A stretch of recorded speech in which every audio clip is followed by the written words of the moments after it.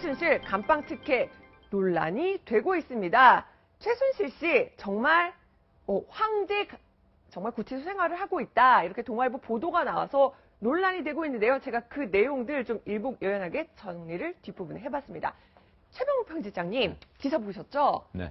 보니까 저는 뭐 여러 가지 이렇게 조건들이 있는지 몰랐는데 보면은 뭐 다 물품 목록 다 보통 작성 후 지급을 물건을 지급을 받는데 최순실 씨 같은 경우는 보면은 다 어떤 직원이 바로 대신 아니, 그러니까 보통 사람들은 이제 네. 내가 요거 사겠다 해서 그걸 신청해서 그 다음에 이제 그 물건을 받는데 이 사람은 물건부터 받아놓고 나중에 이제 직원이 작성해 준다는 거 아니에요? 정말 편의를 봐준다는 거네요. 그렇죠. 그렇게 되면 뭐 비서를 둔 것 같은 구치소에 마치 그런 양상인데 저렇게 저 말이 사실이라면 사실 굉장한 특혜를 받고 있는 셈이죠. 아니, 이게 뭐 과거에 네. 이런 특혜가 별로 없었다는 거 아니겠습니까? 보통 사람의 경우엔.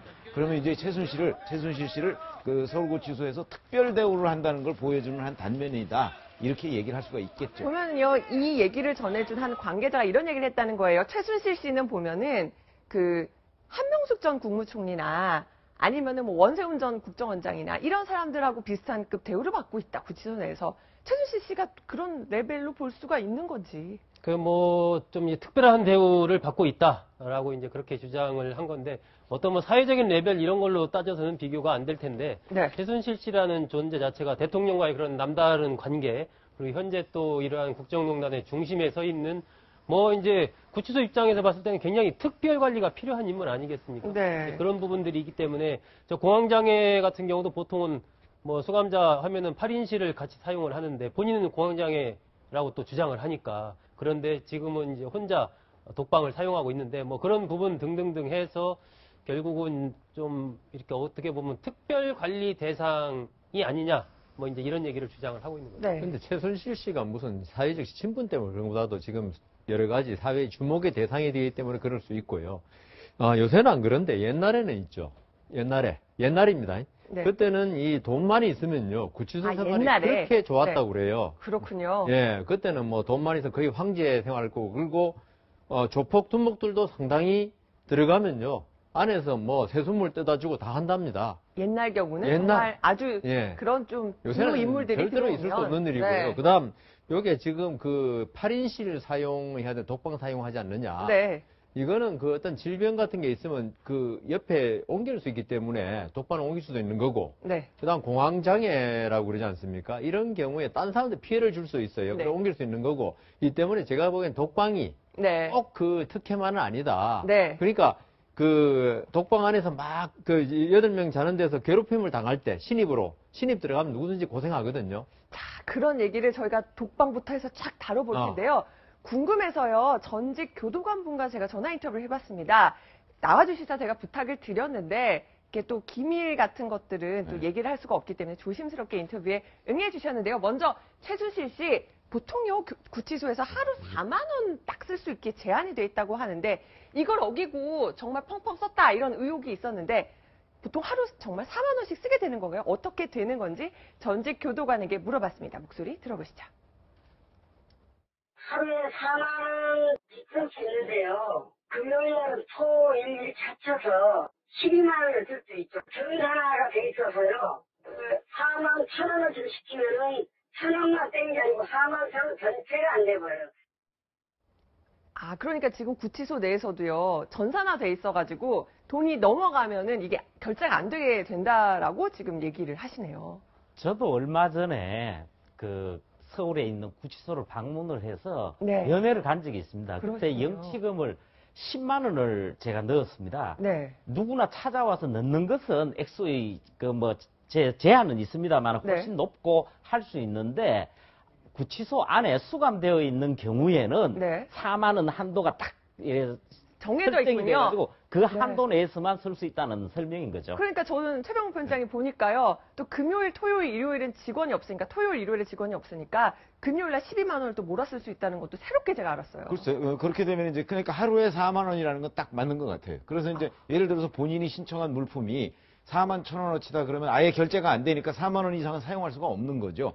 그런 점에서 본다면 그 영치금은 뭐 최순실 씨가 워낙 뭐 돈이 많은 사람이니까 네. 그 이제 그건 쌓여 있을 텐데 그 중에 이제 하루에 결국은 4만 원씩 빼서 쓰는 그런 모양새가 된 걸로 보입니다. 영치금은 총액이 300 얼마인가. 아, 그렇게 넣을 써야 수 돼요. 있는 돈도 또 예, 정해져 그러니까 있나요? 아무리 넣고 싶어 300 얼마를 넣으면 못 넣는다고 알고 있어요. 그게 그렇죠. 연간 얼마로 제한이 있는 것 같던데. 그렇군요. 그 하루에 4만 원 이상 쓰지 못하게 한 것도 아무래도 그 돈을 또 좀 다르게 쓸까봐. 아니, 또 그 그거보다도요. 안에서 네, 누구는 예를 지금- 들면은 하루에 뭐 네, 수능 100만 원어치 네. 쓰고 누구는 뭐 5만 원 쓰고 또 이러면 그 안에서 이른바 또 값십만 원 가까이 그러니까 뭐 무슨 샴푸라든지 기타 이런 물품 개인 용품 이런 거 쓰는데 이제 사용한 내역들이 그때 국회의원들이 공개한 적이 있죠.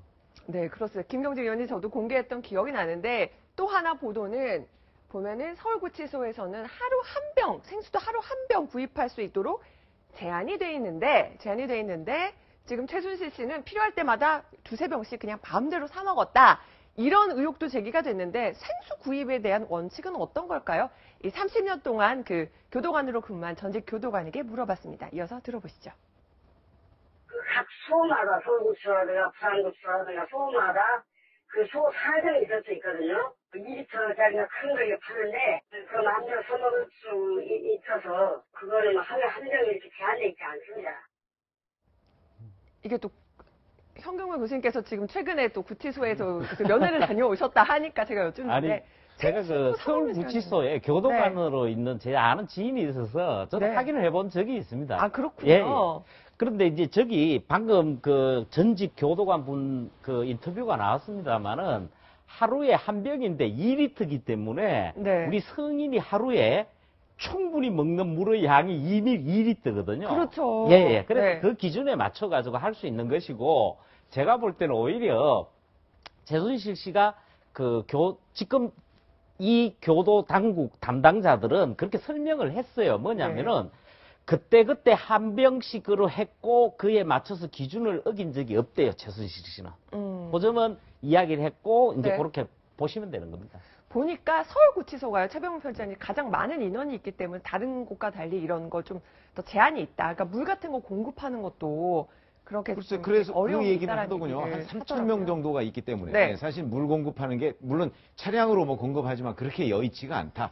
그래서 뭐 일일 그 한 병으로 제한한다 그러는데 이제 문제는 그 병이 이 조그만 병이냐 아니면 큰 병이냐 뭐 이런 차이가 있을 수 있겠죠. 근데 지금 얘기하는 걸로 봐서는 저것도 뭐 2리터짜리라고 하면 뭐 그 마시는데 아무 지장이 없는 거 아니에요? 하루에는 굉장히 충분한 양으로 보이는데 한 양이죠. 그러니까 보면은 법무부에서 이 부분은 지금 서울구치소 측에서 사실과 다르다라고 해명을 했는데 이 물품 목록 작성 후에 보통 이 물건을 지급해야 되는데 최순실 씨는 그 직원들이 대신 작성해줬다. 이 논란에 대해서는 서울구치소 관계자가 어떤 입장도 내놓지 않았습니다.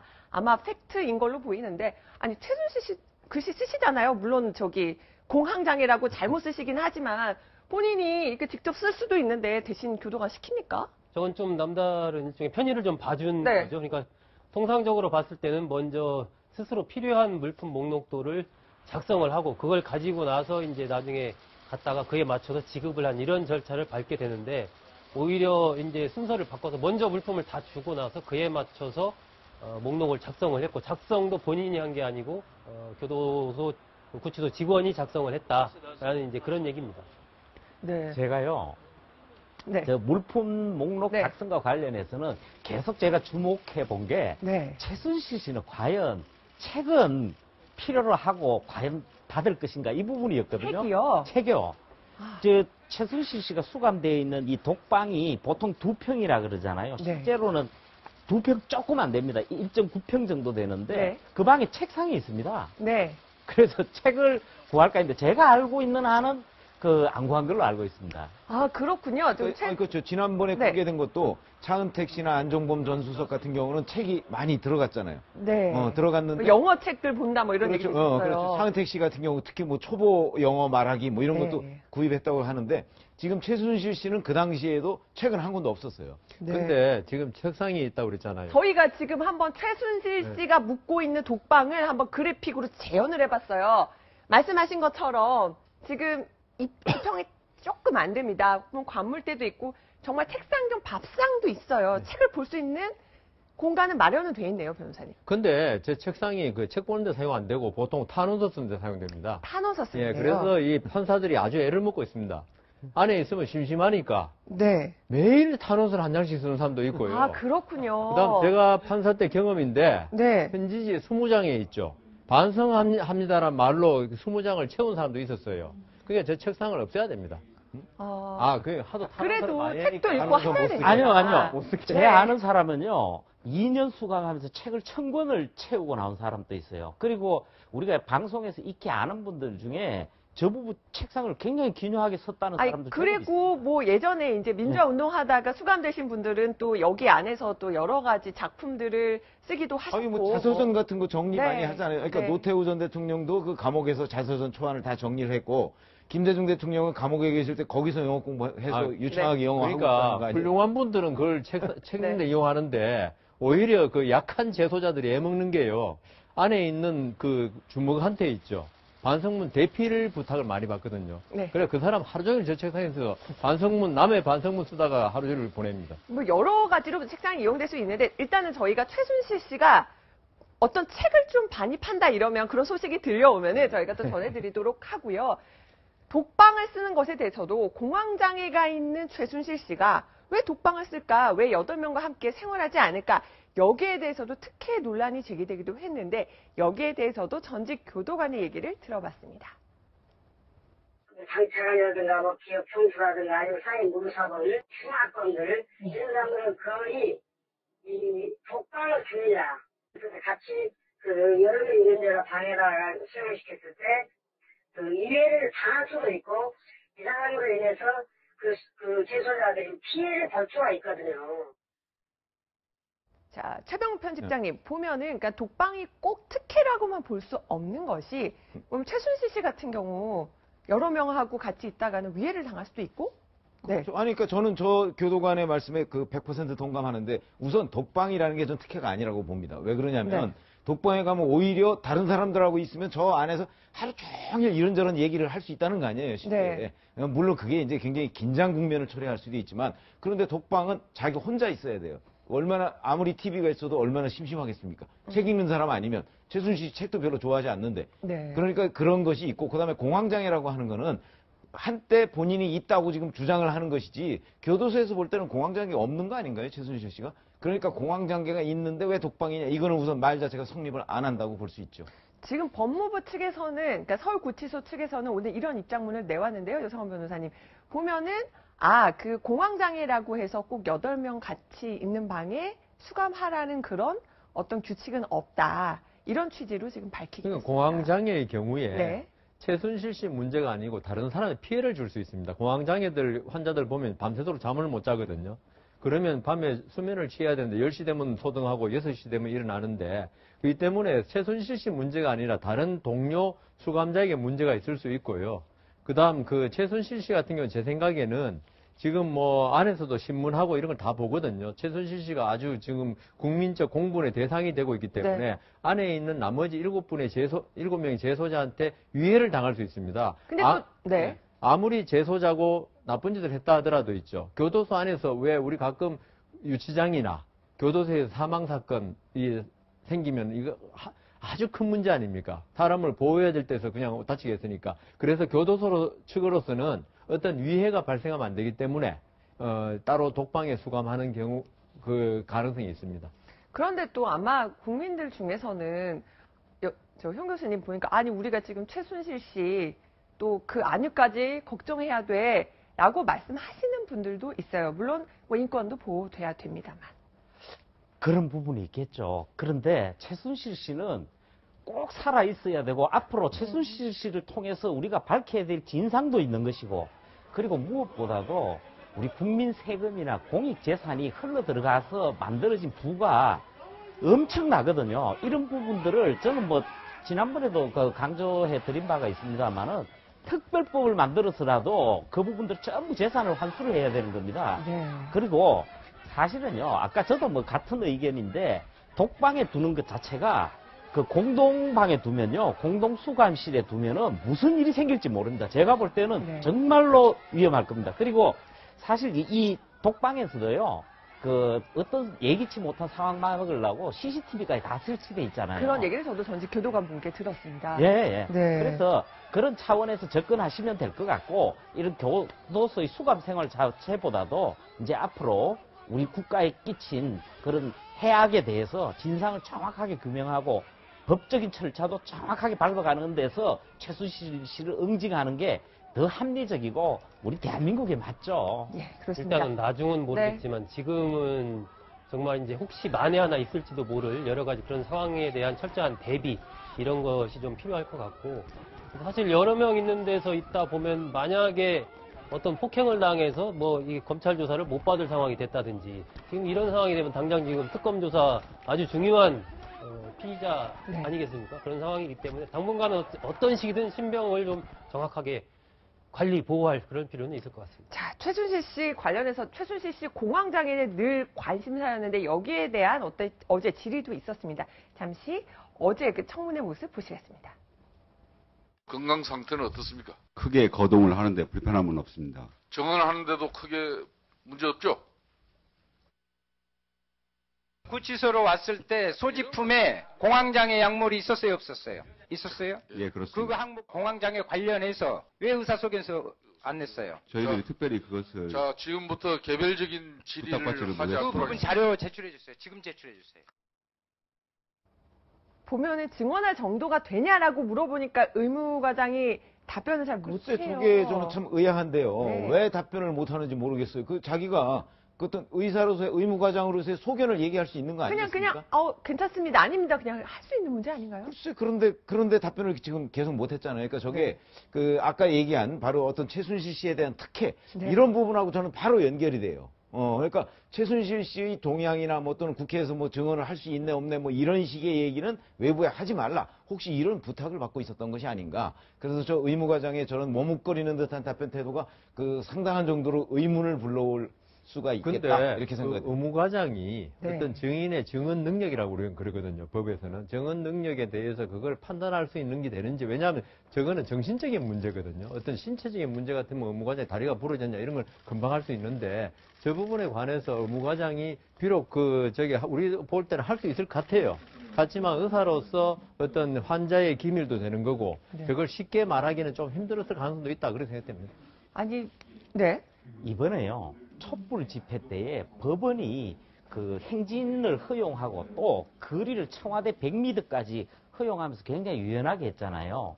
이번에 그 국회 국조특위에서 구치소의 청문회를 6차로 해서 방문해서 하는데 이 부분에 대해서 법원이 법무부 교정당국하고 협의해서 진행하라 그랬어요. 그래서 굉장히 유연하게 해줬고, 바로 이 부분에서 법무부 차원에서 지금 뭐 법무부 장관은 공석입니다만은 유연하게 해줬더라면 오히려요, 국민의 알 권리를 충족시키기 위해서 법무부 차원에서 좀 해줘라. 그리고 또 한 분이 더 나올 수가 있는데, 네. 황교안 총리가 이 부분이 본인이 지금 대통령 권한 대행된 사태잖아요. 이런 상황에서 제일 중요한 것이 국민에게 진상, 그리고 진상규명과 알 권리를 충족시켜줘야 되잖아요.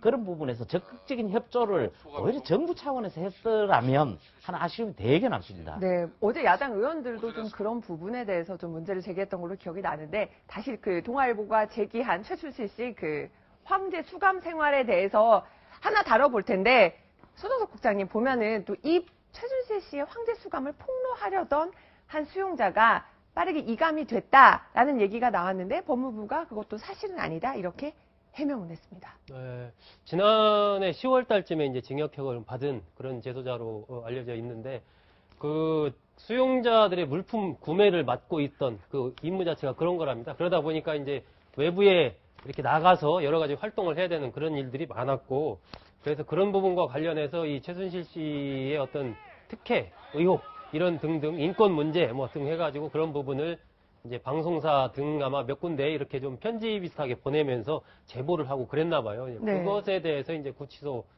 당국이 이른바 허위 사실을 유포했다. 뭐 이렇게 해가지고 다른 곳으로 보냈는데, 그 과정이 보통 한 2, 3개월 정도 걸리는데, 이 사람은 굉장히 빠르게 한 달 뭐 그 안팎 걸릴 때 다른 데로 보내서 좀 너무 이렇게 빨리 처리를 한 거 아니냐. 네. 뭐 이제 이런 주장이 나온 것이죠. 네, 그 부분에 대해서 이제 법무부는 좀 사실과 다르다고 해명은 했습니다만 여러 가지로 또 들여다볼 대목이 많습니다. 그리고 어제는요, 바로 구치소 청문회 대신 단방 비공개 면담이 이뤄졌는데 서울구치소 그리고 안종범 전 수석과 정우성 전 비서관이 수감돼 있는 남부구치소에서 그 두 군데에서 바로 면담이 이뤄졌습니다. 구치소, 지금 전국에 있는 구치소 가운데 어느 곳이 가장 시설이 좋을까요? 그 부분에 대해서도 물어봤습니다. 들어보시죠. 남부교도소 구치소 제약은 다 막 40년, 막 45년 노건물들이에요. 아무래도 그 오래된 건물이다 보니까 막 그 냄새도 나고 막 지저분하지 않으니까 시장 때문에 남부구치소가 특별히 다른 데보다 그 막 더 특별하게 떼주고 이건 아니고 시설이 새벽 모여서 좋다. 최병욱 편집장님, 그러니까요. 그냥 시설로만 치면 가장 최근에 지어진, 그러니까 지금 정우성 전 비서관이 있는 남부구치소가 남부구치소가 좋다고 그러죠. 교도소는 또 좀 달라요. 네. 교도소는 새로 지은 데가 꽤 많이 있거든요. 그래서 아주 좋은 곳이 있다고 하던데 그 구치소로 보면 이제 남부구치소가 가장 최근에 지었으니까 다른 조건은 다 똑같은데 최근에 지었기 때문에 일단 건물 자체가 깨끗하죠.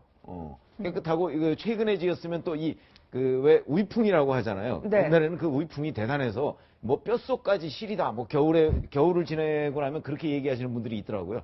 그런데 이제 남부구치소 같은 경우는 새로 지었으니까 지금 안종범 전 수석과 그 정호성 전 비서관은 남부에 있잖아요. 그래서 이제 그걸 최순실 씨하고 떼놓은 거는 뭐 둘이 혹시 그 말을 맞출까봐 뭐 그랬다 뭐 이렇게 네. 얘기를 하는데 남부구치소로 일단 간 분들은 그래도 조금 더 따뜻하게 지내고 있는 것 아닌가 싶습니다. 근데 네. 구치소, 교도소하고 이제 같이 있는 데가 많습니다. 이제 구치소라는 거는 이제 그 어떤 그 재판 밖에 대기하는 곳을 구치소라고 그러고 교도소는 형을 받고 나면 하는데 형이 사실 결정된 문제로 같아가지고 가죠. 네. 근데 남부구치소가 일반적으로 새로 이제 좋은데 불편한 점은 있죠. 서울에서 그 서울 이 중심에서 가기가 상당히 멀어가지고 네. 차라리 그 서울구치소 그 의왕시에 있죠. 거기가 훨씬 가깝습니다. 그래서 가족들이 면회하는데 남부구치소는 상당히 불편하다.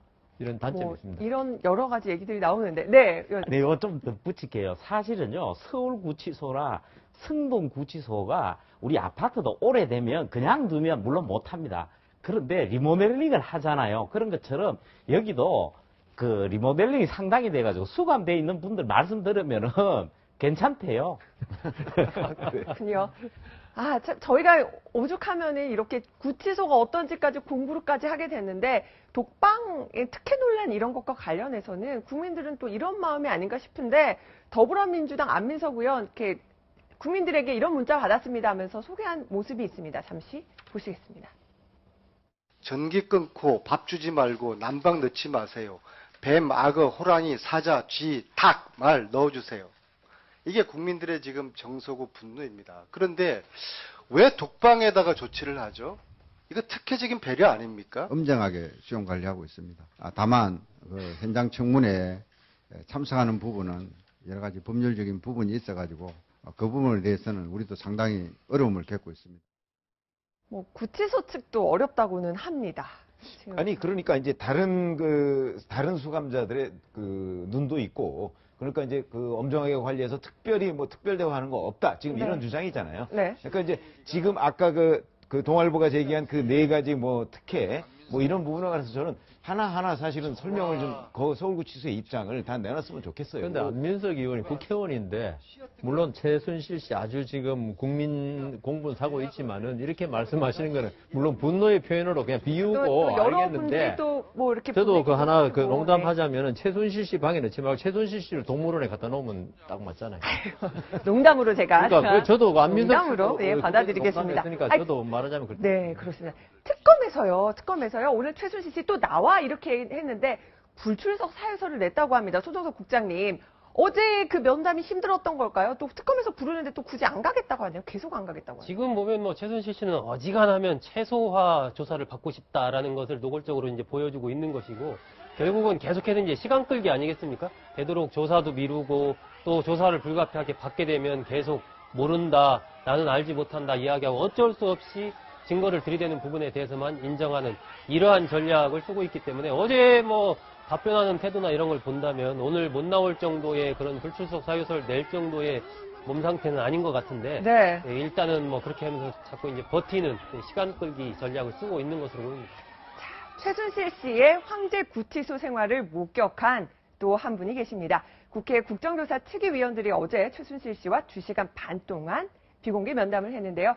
최순실 음성 파일 공개부터 김기춘 비서실장 증언 번복까지 이번 청문회에서 정말 종횡무진 큰 활약을 벌인 분이죠. 더불어민주당 박영선 의원과 전화 연결을 해보겠습니다. 박 의원님 나와 계신가요? 네, 안녕하세요. 네, 안녕하세요. 아니, 의원님 어제 최순실 씨를 만나셨는데 오늘 특검에 못 나오겠다, 조사 못 받겠다 이런 얘기를 했습니다. 그 정도 몸 상태가 안 좋은 걸까요? 전혀 그렇지 않습니다. 그러니까 이분은 네. 제가 보니까 거의 그 거짓말의 대가라고 할까요? 어제 저희들 앞에서는 뭐라고 했냐면요. 내일부터 특검에 나가서 모든 거를 다 얘기하기로 했다. 아. 그러니까 내일 얘기해야 되기 때문에 오늘은 얘기 못 하겠다. 이렇게 얘기했거든요. 아, 그러니까 내일 특검에 나가서 다 얘기하겠다 이래놓고는 오늘도 네. 특검 조사를 안 받겠다 이렇게 말한 겁니까? 그렇죠. 네. 아, 그런데 보면은 지금 황제 수감 생활 논란이 되고 있는데 어제 구치소장도 최순실 씨 앞에서 굉장히 쩔쩔매는 모습이었다고요? 그렇습니다. 뭐 수감 생활을 어떻게 하고 있는지는 저희가 뭐 눈으로 보지를 못했기 때문에 네. 그 깜빵 생활 안에서의 그 방 안에서의 내용은 잘 모르겠고요. 일단 그 구치소 소장을 대하는 태도 자체가 네. 아주 그 수감자라고 볼 수가 없는. 어떻게 아나무인이었나요? 뭐 예를 들면은요.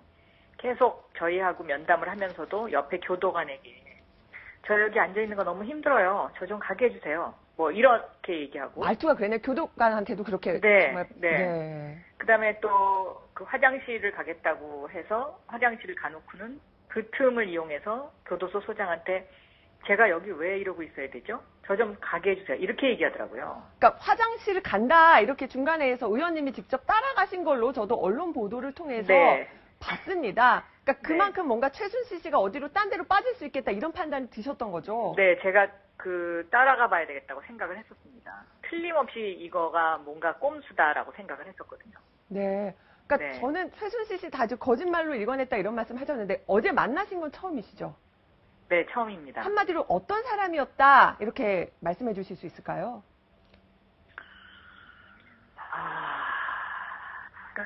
한마디로 그 한숨이 나오실 정도로. 네. 네, 그러니까 한마디로 정말 같이 있으면은요. 네. 어떻게 이런 사람한테 박근혜 대통령이 모든 거를 의지하고 상의했을까 하는 네. 생각이 들 정도였습니다.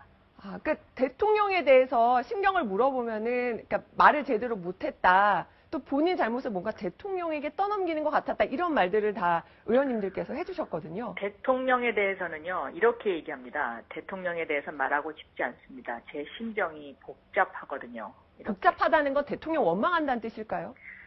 좀 그런 게 있었던 것으로 보입니다. 네. 그런데 딸 얘기만 하면 그렇게 눈물을 보였다고. 네, 그렇습니다. 해서. 네. 근데 자기 그 본인 잘못에 대한 반성은 추호도 없었나요? 저는 없다고 봅니다. 네. 아, 전혀 못 느끼셨습니까? 네. 뭐 지금 뭐 언론에 보도된 뭐 국민들한테 죄송하다 뭐 이런 이야기도요. 본인이 마음에서 우러나와서 한 이야기가 아니고요. 네. 의원들이나 위원장이 국민들에게 정말 하고 싶은 얘기 없냐고 거의 강요하다시피 해서 받아낸 이야기입니다. 강요하다시피. 네. 그렇군요. 그리고 이제 네. 최순실 씨 건강 상태에 대해서도 저희가 좀 계속 얘기를 했는데 오늘 SNS에 올리신 글을 보니까 최순실 씨가 최근에는 성형을 안 받았는지 눈 밑에 정말 주름이 자글자글 하더라 이런 모습을 전해줬는데 대답하는 모습 속에서 또 좀 특이한 모습 발견을 하셨는지 궁금합니다. 피부가요. 정말로 김영재 성형외과인가요? 거기서 DNA 뭐라고 써 있었던 그 시술법이 있는데 그게 나중에 알아보니까 이렇게 침을 롤러에 말아서 이렇게 미는 거더라고요. 아우 아프겠다. 네. 네. 근데 그게 아프니까 네. 프로포폴을 맞을 수밖에 없었던 것이 아닌가 생각이 되는데 네. 피부에 정말로 그런 자그마한 구멍들이 많이 있었습니다. 피부에 자그마한 구멍들도 발견하실 수 있을 정도로 네, 아주 작은 제일 작은 미세한 그런 어떤 그런 것들이 이렇게 남아있는 게 있더라고요. 그러니까 살이 빠지니까 네. 아마 그게 더 눈에 띄었을 수도 있겠다 아, 이런 네. 생각이 이 들었습니다. 얘기는 또 처음 해주시는 것 같은데, 그리고 박영선 의원님 추가로 또 최순실 씨 관련 논란에 대해서 어떤 사실들을 밝혀주실지 또 많은 분들이 기대를 하고 있습니다. 특히나 노승일 그 K스포츠재단 부장이 박영선 의원님과 함께 폭로할 것들 많다 이렇게 또 예고를 했는데 지금 어떤 카드가 더 남아 있습니까? 지금 현재 제가 갖고 있는 자료는 대부분이 다 독일어 아니면 영어로 돼 있는 자료들인데요. 네. 그 사이에 사실은 제가 이 삼성과 독일과 최순실의 이 삼각관계를 열심히 취재하던 언론사들이 찾아왔을 때 네. 이 자료들을 좀 많이 줬습니다. 그렇군요. 네, 그래서 뭐 삼성 대외비 문건이라든가 또 왜 그 승마하는 장면이라든가 또 뭐 여러 가지 그 자료들이 그 사이에 제가 좀 언론사에 많이 줬기 때문에 중요한 것들이 지금 많이 보도돼 있는 상태고 그것이 아마 특검에서 삼성 수사를 하는데 조금이라도 도움이 될 수 있는 자료들을 줬고요. 지금 네. 현재 제가 갖고 있는 자료들은 독일어나 영어로 되어 있는 것들입니다. 그러니까 네. 저희가 독일어 또 기자들도 독일어 영어 공부 열심히 해가지고 또 많은 자료들을 살펴봐야 될 것 같습니다. 네. 의원님 오늘 말씀 감사드립니다. 네. 네, 더불어민주당 박영선 의원과 전화 연결을 해봤는데 최병욱 편집장님 어떻게 들으셨어요? 글쎄, 뭐, 제가 보건대는, 그러니까, 박영선 의원은 이제 느낌이잖아요. 느낌이어서, 이제, 근데, 팩트 같은 거, 예를 들어서, 자, 구치소장한테 내가 왜 여기 있어야 되는 거죠? 라는 식으로 물었다는 부분은, 네. 어저께 그 대화록을 이렇게 쭉 보면, 아마 최순실 씨한테 구치소장이 지금 의원들이 와 있으니까, 가서, 거의 청문회 형식으로 하자고 얘기를 안 한 것 같아요.